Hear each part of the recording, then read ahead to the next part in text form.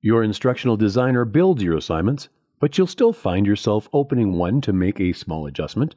Maybe the wording needs a tweak, or maybe a student needs a resubmission. Let's walk through what these look like so you're at least familiar with the process. But, as with all changes, once the course is live, if you're unsure how it will affect the course, it is always best to play it safe and check with your instructional designer. Here's an assignment already built for this course. This is a reflection journal. Right now, the instructions just say, write a short reflection on this week's material, worth 10 points. And it's set up as a text entry only. Now let's say you want to make this a little more specific to current events that took place over the last week. Click Edit, and we're back in the rich content editor we've already covered.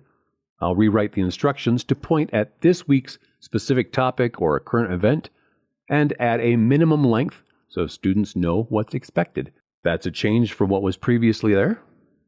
Now, I said this was 10 points, and one thing I really want to highlight here, one change we want to especially add caution to.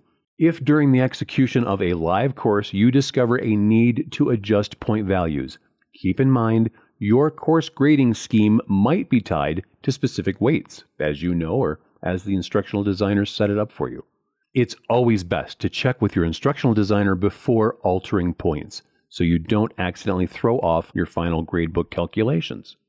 So, while we're sure this is something you can figure out, before making any changes to scores, it's always best to double check with the instructional designer how it might affect Canvas's calculations of the overall course, as they have designed and built the course around your specifications. So I would advise leaving score adjustments to your instructional designer, but this is the area so that you know where it does take place. And finally, submission types. This assignment is currently set to text entry only, meaning students type directly into Canvas. If you'd rather also let them upload a file, or instead of just text, you can check that box here too, so they have the option to type directly in Canvas or attach a document, whichever they prefer. That's where this change could be made. I did mention previously when we were talking about the global navigation menu, that calendar button, that you can easily drag and drop the dates, due dates, to make those changes, but that can also happen here. Same due date field you'd use for anything else in Canvas. If you need to adjust that, it takes place here also. Last thing, if a student needs to resubmit, head to the Submissions Attempts setting.